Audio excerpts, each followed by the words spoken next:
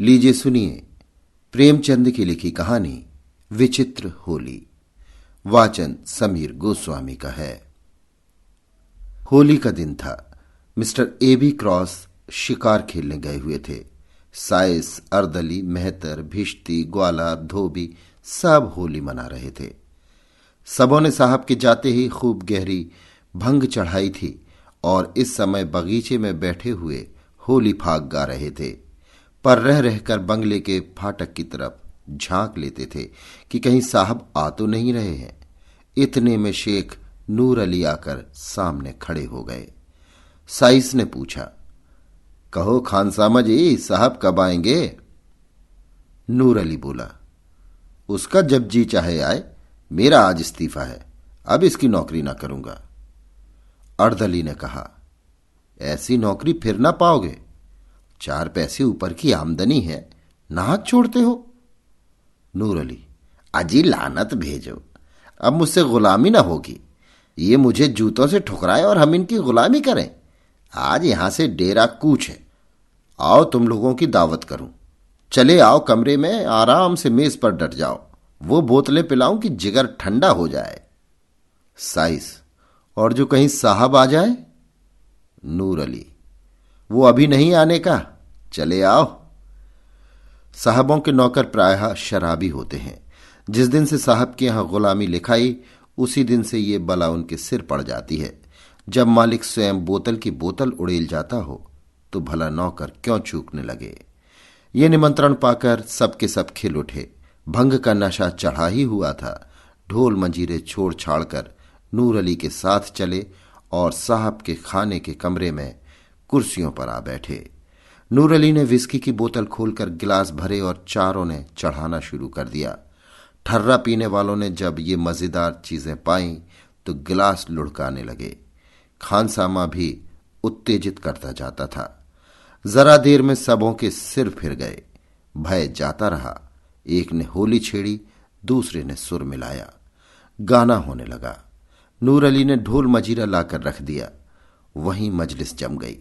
गाते गाते एक उठकर नाचने लगा, दूसरा उठा, यहां तक कि सबके सब कमरे में चौकड़ियां भरने लगे। हू हक मचने लगा। कबीर, फाग, चौताल, गाली गलौच, मार पीट, बारी बारी सबका नंबर आया। सब ऐसे निडर हो गए थे मानो अपने घर में हैं। कुर्सियां उलट गईं, दीवारों पर की तस्वीरें टूट गईं। एक ने मेज उलट दी, दूसरे ने रिकाबियों को गेंद बनाकर उछालना शुरू किया। यहां यही हंगामा मचा हुआ था कि शहर के रईस लाला उजागरमल का आगमन हुआ। उन्होंने ये कौतुक देखा तो चकराए। खानसामा से पूछा, ये क्या गोलमाल है शेख जी? साहब देखेंगे तो क्या कहेंगे? नूर अली, साहब का हुक्म ही ऐसा है तो क्या करें। आज उन्होंने अपने नौकरों की दावत की है, उनसे होली खेलने को भी कहा है। सुनते हैं लाट साहब के यहां से हुक्म आया है कि रियाया के साथ खूब रब्त जब्त रखो, उनके त्योहारों में शरीक हो। तभी तो ये हुक्म दिया है, नहीं तो इनके मिजाज ही न मिलते थे। आइए तशरीफ रखिए, निकालूं कोई मजेदार चीज? अभी हाल में विलायत से पार्सल आया है। सेठ उजागरमल बड़े उदार विचारों के मनुष्य थे। अंग्रेजी दावतों में बेधड़क शरीक होते थे। रहन सहन भी अंग्रेजी ही था और यूनियन क्लब के तो वो एकमात्र कर्ता ही थे। अंग्रेजों से उनकी खूब छनती थी और मिस्टर क्रॉस तो उनके परम मित्र ही थे। जिलाधीश से चाहे वो कोई हो, सदैव उनकी घनिष्ठता रहती थी। नूर अली की बातें सुनते ही एक कुर्सी पर बैठ गए और बोले, अच्छा ये बात है, हाँ तो फिर निकालो कोई मजेदार चीज, कुछ गजल भी हो। नूर अली, हुजूर आपके लिए सब कुछ हाजिर है। लाला साहब कुछ तो घर ही से पीकर चले थे। यहां कई गिलास चढ़ाए तो जबान लड़खड़ाते हुए बोले, क्यों नूर अली, आज साहब होली खेलेंगे? नूर अली, जी हां। उजागर, लेकिन मैं रंग वंग तो लाया नहीं, भेजो चटपट किसी को मेरी कोठी से रंग पिचकारी वगैरह लाए। साइज से बोले, क्यों घसीटे, आज की तो बहार है।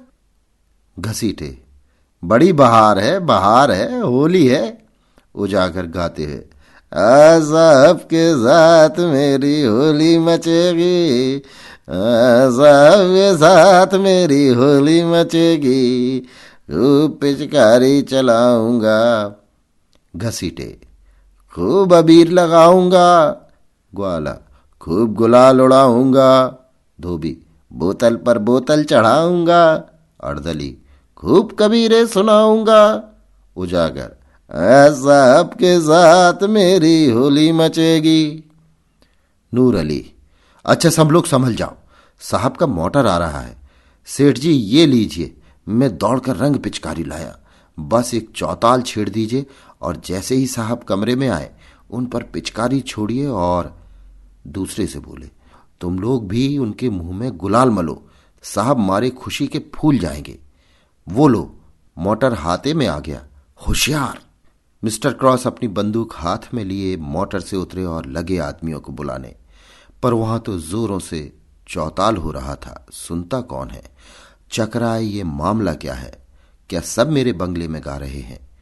क्रोध से भरे हुए बंगले में दाखिल हुए तो डाइनिंग रूम यानी भोजन करने के कमरे में से गाने की आवाज आ रही थी। अब क्या था? जामे से बाहर हो गए, चेहरा विकृत हो गया, हंटर उतार लिया और डाइनिंग रूम की ओर चले। लेकिन अभी तक एक कदम दरवाजे के बाहर ही था कि सेठ उजागरमल ने पिचकारी छोड़ी। सारे कपड़े तर हो गए, आंखों में भी रंग घुस गया। आंखें पोंछ ही रहे थे कि साइस ग्वाला सब के सब दौड़े और साहब को पकड़कर उनके मुंह में रंग मलने लगे। धोबी ने तेल और कालिक का पाउडर लगा दिया। साहब के क्रोध की सीमा न रही। हंटर लेकर सबों को अंधाधुंध पीटने लगे। बेचारे सोचे हुए थे कि साहब खुश होकर इनाम देंगे। हंटर पड़े तो नशा हिरन हो गया, कोई इधर भागा कोई उधर। सेठ उजागरमल ने ये रंग देखा तो ताड़ गए कि नूर अली ने झांसा दिया। एक कोने में दबक रहे। जब कमरा नौकरों से खाली हो गया तो साहब उनकी ओर बढ़े। लाला साहब के होश उड़ गए, तेजी से कमरे के बाहर निकले और सिर पर पैर रखकर बेतहाशा भागे। साहब उनके पीछे दौड़े। सेठ जी की फिटन फाटक पर खड़ी थी। घोड़े ने धम धम खटपट सुनी तो चौंका, कनौतियां खड़ी की और फिटन ले भागा। विचित्र दृश्य था। आगे आगे फिटन, उसके पीछे सेठ उजागरमल, उनके पीछे हंटरधारी मिस्टर क्रॉस। तीनों बकटूट दौड़े चले जाते थे। सेठ जी एक बार ठोकर खाकर गिरे, पर साहब के पहुंचते पहुंचते संभल कर उठे। हाथे के बाहर सड़क तक घुड़दौड़ रही। अंत में साहब रुक गए। मुंह में कालिख लगाए अब और आगे जाना हास्यजनक मालूम हुआ। ये विचार भी हुआ कि सेठ जी को काफी सजा मिल चुकी, अपने नौकरों की खबर लेना भी जरूरी था। लौट गए। सेठ उजागरमल की जान में जान आई, बैठकर हाँफने लगे। घोड़ा भी ठिठक गया। कोचवान ने उतरकर उन्हें संभाला और गोद में उठाकर गाड़ी पर बिठा दिया। लाला उजागरमल शहर सहयोगी समाज के नेता थे। उन्हें अंग्रेजों की भावी शुभकामनाओं पर पूर्ण विश्वास था। अंग्रेजी राज्य की तामीली, माली और मुल्की तरक्की के राग गाते थे। अपनी वक्तृताओं में सहयोगियों को खूब फटकारा करते थे। अंग्रेजों में इधर उनका आदर सम्मान विशेष रूप से होने लगा था। कई बड़े बड़े ठेके जो पहले अंग्रेज ठेकेदारों ही को मिला करते थे, उन्हें दिए गए थे। सहयोग ने उनके मान और धन को खूब बढ़ाया था। अतएव मुंह से चाहे वो असहयोग की कितनी ही निंदा करें, पर मन ही मन उसकी उन्नति चाहते थे। उन्हें यकीन था कि असहयोग एक हवा है, जब तक चलती रहे उसमें अपने गीले कपड़े सुखा लें। वो असहयोगियों के कृत्यों का खूब बढ़ा बढ़ाकर बयान किया करते थे और अधिकारियों के कृत्यों को इन गढ़ी हुई बातों पर विश्वास करते देखकर दिल में उन पर खूब हंसते थे। जो जो सम्मान बढ़ता था उनका आत्माभिमान भी बढ़ता था। अब वो पहले की भांति भीरू न थे।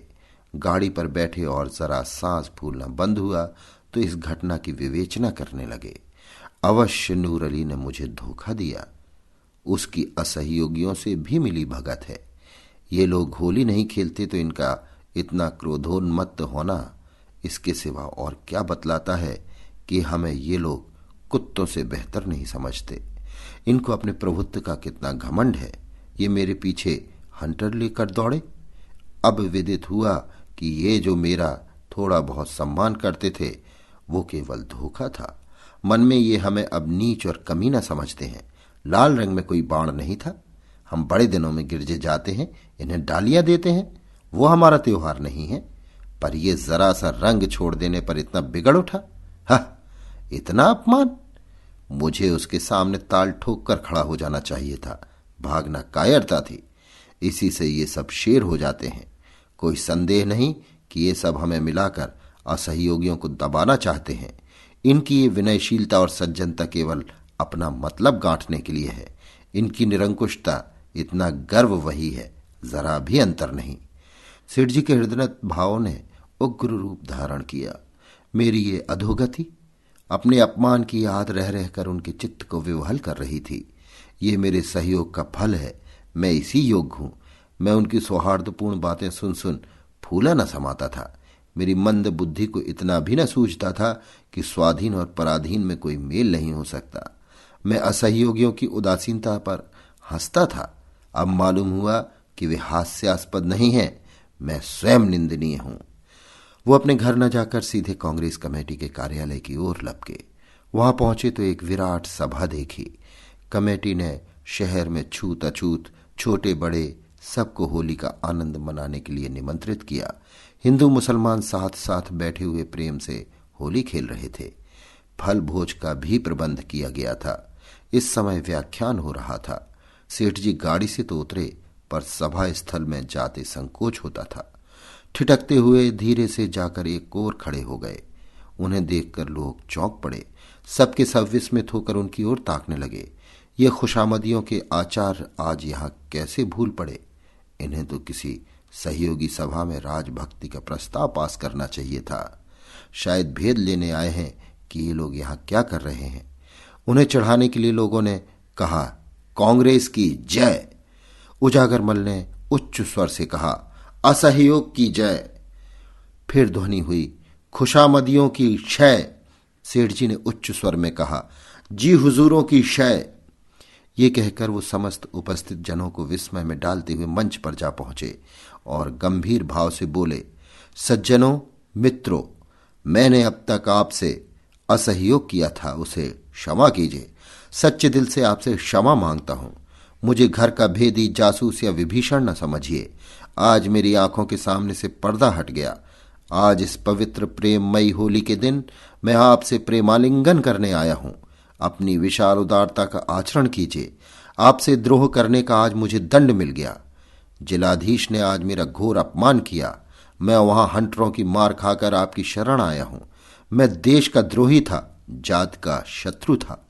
मैंने अपने स्वार्थ के वश, अपने अविश्वास के वश देश का बड़ा अहित किया, खूब कांटे बोए। उनका स्मरण करके ऐसा जी चाहता है कि हृदय के टुकड़े टुकड़े कर दूं। एक आवाज, हाँ अवश्य कर दीजिए, आपसे न बने तो मैं तैयार हूं।